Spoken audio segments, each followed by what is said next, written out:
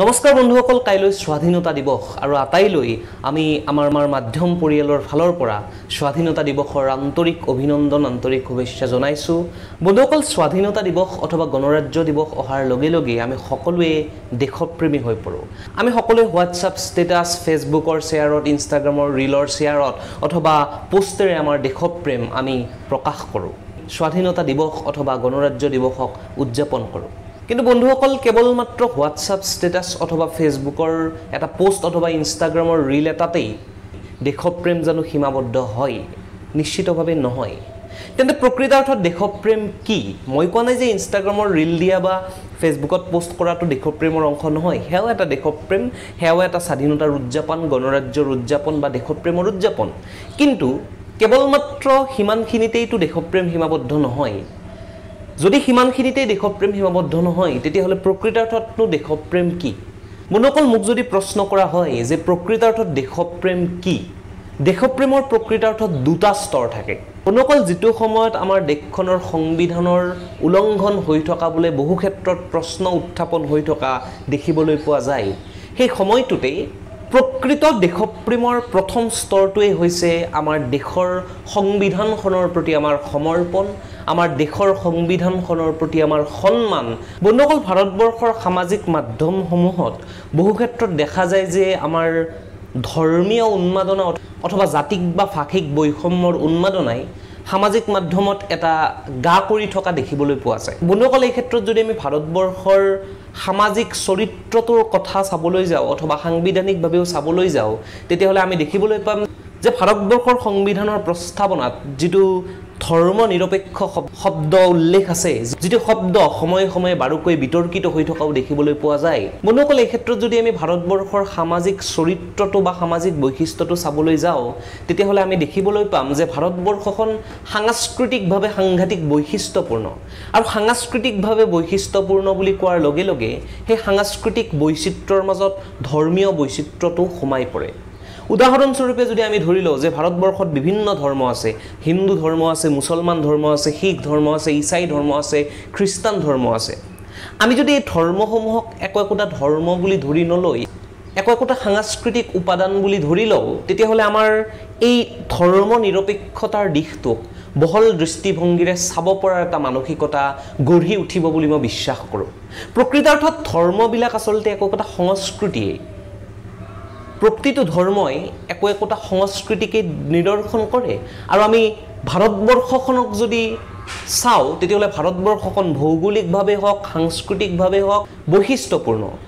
ভাৰতবৰ্ষৰ এটা দিশৰো অইন এটা দিশৰ লগত ভৌগোলিকভাৱে মিল নাই, আৰু সেইবাবেই ভাৰতবৰ্ষৰ সংস্কৃতিৰ মাজতো পাৰ্থক্য আছে, আৰু স্বাভাৱিকতেই সেইবাবে ভাৰতবৰ্ষৰ ধৰ্মসমূহৰ মাজতো পাৰ্থক্য থাকিব। কিন্তু এই ক্ষেত্ৰত আমি এটা কথা মনত ৰখা দৰকাৰ, যিদৰে বৈচিত্ৰ্য আছে, যিদৰে বিভেদ আছে, কিন্তু সেই বৈচিত্ৰ্যৰ মাজত একতাটো ভাৰতবৰ্ষৰ সংবিধান হওক অথবা ভাৰতবৰ্ষৰ সমাজৰ হওক আত্মা অথবা চৰিত্ৰ। গতিকে দেশপ্ৰেমিক হ'বলৈ প্ৰথমতে আমি ভাৰতবৰ্ষৰ সমাজৰ, ভাৰতবৰ্ষৰ সংবিধানৰ আত্মাটোক সন্মান কৰিব পাৰিব লাগিব। বহু ক্ষেত্ৰত আমি দেখিবলৈ পাওঁ যে ধৰ্ম নিৰপেক্ষ শব্দটো বহু ক্ষেত্ৰত সমালোচিত হয়, আৰু সমালোচিততকৈও বেছিকৈ বিভিন্ন ধৰণে এই দৰ্শনটোক বিভিন্ন মহলে বিভিন্ন ব্যক্তিয়ে গালি পৰা দেখিবলৈ পোৱা যায়। গতিকে আমি যদি কিছুমান ক্ষমতালোভী ৰাজনৈতিক নেতাৰ ৰাজনৈতিক বক্তব্যবোৰক অলপ সময়ৰ বাবে একশৰীয়া কৰি থৈ অলপ বহল দৃষ্টিভংগীৰে আমি সংবিধানখনক, আমি ভাৰতবৰ্ষৰ আত্মাটোক, ভাৰতবৰ্ষৰ আত্মাৰ যিটো চৰিত্ৰ, এই চৰিত্ৰটোক সন্মান জনাব পাৰোঁ, তেতিয়াহ'লে নিশ্চিতভাৱে দেশপ্ৰেমৰ প্ৰথম যিটো স্তৰ, প্ৰথম যিটো ষ্টেজ, সেই প্ৰথম স্তৰটোক আমি পোৱা বুলি আমি ধৰি ল'ব পাৰোঁ। দেশপ্ৰেমৰ যিটো দ্বিতীয় স্তৰ, সেই দ্বিতীয় স্তৰটো প্ৰথম স্তৰটোৰ লগত সংযোগ আছে, প্ৰথম স্তৰটোৰ লগত সম্পৰ্ক আছে। মোৰ মতে দেশপ্ৰেমৰ দ্বিতীয় স্তৰটো হৈছে যে আমি প্ৰত্যেকেই আমাৰ নিজৰ কৰ্তব্যটোক সুচাৰুৰূপে পালন কৰিব লাগে। উদাহৰণস্বৰূপে যদি মই ক'বলৈ যাওঁ যে কোনোবা যদি শিক্ষক হিচাপে কৰ্মৰত, তেওঁ নিজৰ শিক্ষাদান কৰ্ম সুচাৰুৰূপে পালন কৰিব লাগে। কোনোবা যদি ইঞ্জিনিয়াৰ হিচাপে কৰ্মৰত, তেওঁ নিজৰ ইঞ্জিনিয়াৰিঙৰ কৰ্মটো সুচাৰুৰূপে পালন কৰিব লাগে। কোনোবা যদি সাংবাদিক হিচাপে, সংবাদ কৰ্মী হিচাপে কৰ্মৰত, তেওঁ নিজৰ সংবাদ কৰ্মৰ কামটো সুচাৰুৰূপে পালন কৰিব লাগে। আকৌ কোনোবা যদি ৰাজনৈতিক নেতা, তেতিয়াহ'লে তেওঁ নিজৰ ৰাজনৈতিক কাৰ্যকলাপসমূহ সুচাৰুৰূপে পালন কৰিব লাগে। আৰু এই সুচাৰুৰূপে পালন কৰাৰ ক্ষেত্ৰত তেওঁ নিজৰ ব্যক্তিগত লাভালাভটোক একাষৰীয়া কৰি থৈ সামাজিক লাভালাভটোক যদি গুৰুত্ব দিয়ে তেতিয়াহ'লে নিশ্চিতভাৱে এয়াই প্ৰকৃত দেশপ্ৰেম হ'ব বুলি মই ভাবোঁ। আমি দেখিবলৈ পাইছোঁ যে বিহাৰত কেইবাখনো দলং ভাঙি পৰিছে।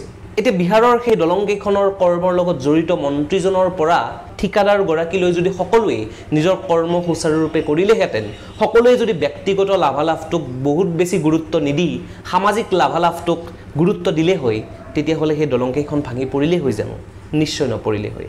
আৰু যদি নপৰিলে হয় তেতিয়াহ'লে এই যে দলংখন বনাওঁতে টকাসমূহ ব্যয় হৈছে, সেই ব্যয়সমূহ অথলে নগ'ল হয়, আৰু অথলে নগ'লে দেশৰ সম্পত্তিও অপচয় নহ'লহেঁতেন।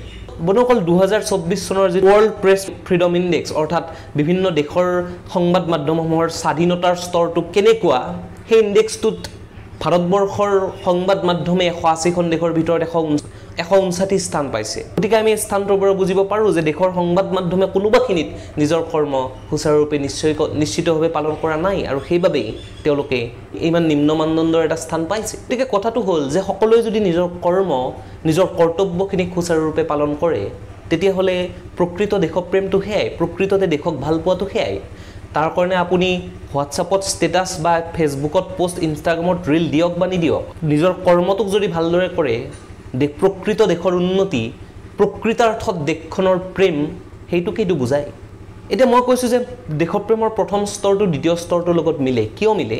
এই যে মই ক'লোঁ ধৰ্ম নিৰপেক্ষতা, মই এই শব্দটোক এইবাবেই গুৰুত্ব দিছোঁ কাৰণ বৰ্তমান সময়ত এই শব্দটোক লৈ বহু ক্ষেত্ৰত বিতৰ্ক হোৱা দেখা যায়, আৰু বহু ক্ষেত্ৰত বৰ্তমান সময়ৰ সমাজৰ যিসমূহ অস্থিৰতা, সেই অস্থিৰতাৰ কাৰণো এই শব্দটোৰ লৈ হোৱা বিতৰ্কসমূহ, অথবা এই শব্দটোক লৈ বিভিন্ন ব্যক্তি অথবা ব্যক্তিত্বৰ মনত সঞ্চিত হৈ থকা বিষবাষ্পসমূহ।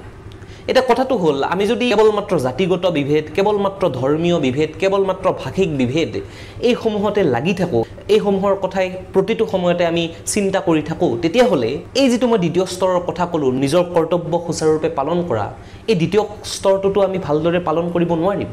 এজন ব্যক্তিয়ে যদি তেওঁৰ ধৰ্মটো কেৱল মাত্ৰ শ্ৰেষ্ঠ হয়নে নহয়, তেওঁৰ ভাষাটো কেৱল মাত্ৰ শ্ৰেষ্ঠ হয়নে নহয়, তেওঁৰ জাতিটো কেৱল মাত্ৰ শ্ৰেষ্ঠ হয়নে নহয়, এই সমূহ কথাতেই প্ৰতিটো সময়তে মূৰ ঘমাই থাকে, তেতিয়াহ'লে তেওঁ নিজৰ কৰ্তব্য কেনেদৰে পালন কৰিব নোৱাৰে।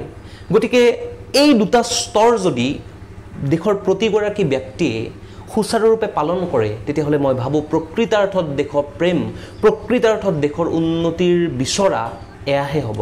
আৰু আহকচোন আমি স্বাধীনতা দিৱসৰ এই পবিত্ৰ দিনটোত, 15 আগষ্টৰ এই পবিত্ৰ দিনটোত সংকল্পবদ্ধ হওঁ যে আমি প্ৰত্যেকেই নিজৰ কৰ্তব্য সুচাৰুৰূপে পালন কৰিম, প্ৰত্যেকেই দেশপ্ৰেমৰ এই দুটা পৰ্যায় আমি সুচাৰুৰূপে পালন কৰিম। বন্ধুসকল, এইখিনিতে মই কৈ থওঁ যে মই যে ক'লোঁ দেশপ্ৰেমৰ দুটা পৰ্যায় থাকে, বা মই যিখিনি কথা উল্লেখ কৰিলোঁ, এই কথাখিনি সম্পূৰ্ণৰূপে মোৰ ব্যক্তিগত অনুভৱ, মোৰ ব্যক্তিগত মতামত। আপোনালোকৰ ব্যক্তিগত মতামত, ব্যক্তিগত অনুভৱ হয়তো মোৰ লগত নিমিলিবও পাৰে অথবা বেলেগ হ'বও পাৰে। আপুনি মোৰ লগত একাত্ম কৰেনে নে নকৰে? যদিহে আপুনি মোৰ লগত একাত্ম কৰে, তেতিয়াহ'লে তলত এটা কমেণ্ট দিব, আৰু যদি আপুনি নকৰেও, তেতিয়াহ'লে আপুনি তলত এটা কমেণ্ট দিব যে আপুনি কিয় মোৰ লগত একাত্ম নহয়, আৰু আপোনাৰ মতে প্ৰকৃত দেশপ্ৰেম কি, অথবা প্ৰকৃত দেশপ্ৰেম কেনেকুৱা হ'ব লাগে, আপুনি মোক কমেণ্টত জনাব। গতিকে বন্ধুসকল, আপোনালোকে যদি মোৰ এই কথাখিনিৰ সৈতে নিজৰ চিন্তাধাৰাখিনিক একাত্ম কৰিব পাৰিছে, অথবা অলপ হ'লেও কথাখিনি ভাল লাগিছে অথবা ভাল পাইছে, তেতিয়াহ'লে স্বাধীনতা দিৱসৰ এই পবিত্ৰ দিনটোত, স্বাধীনতা দিৱস বুলিয়েই আমাৰ এই ভিডিঅ'টো আপোনাৰ হোৱাটছআপতেই হওক, ফেচবুকতেই হওক, অথবা য'তেই নহওক, এবাৰলৈ হ'লেও শ্বেয়াৰ কৰি দিব। কাৰণ আপোনালোকৰ এটা শ্বেয়াৰ, এটা লাইক, এটা ছাবস্ক্ৰাইব আমাৰ বাবে বহুত বেছি মূল্যৱান। তাৰোপৰি আপোনাৰ শ্বেয়াৰেৰে যদি মোৰ এই চিন্তাখিনিৰ সৈতে অইন এজন মানুহো একাত্ম হ'ব পাৰে, তেতিয়াহ'লে তাতকৈ ডাঙৰ সাৰ্থকতা, তাতকৈ ডাঙৰ সাফল্য আমাৰ বাবে আৰু একো হ'ব নোৱাৰে।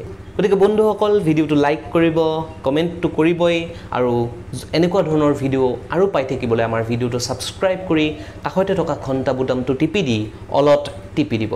গতিকে ধন্যবাদ, আকৌ লগ পাম আকৌ এটা নতুন ভিডিঅ'ত, তেতিয়ালৈ চাই থাকক মাধ্যম। জয় হিন্দ, বন্দে মাতৰম।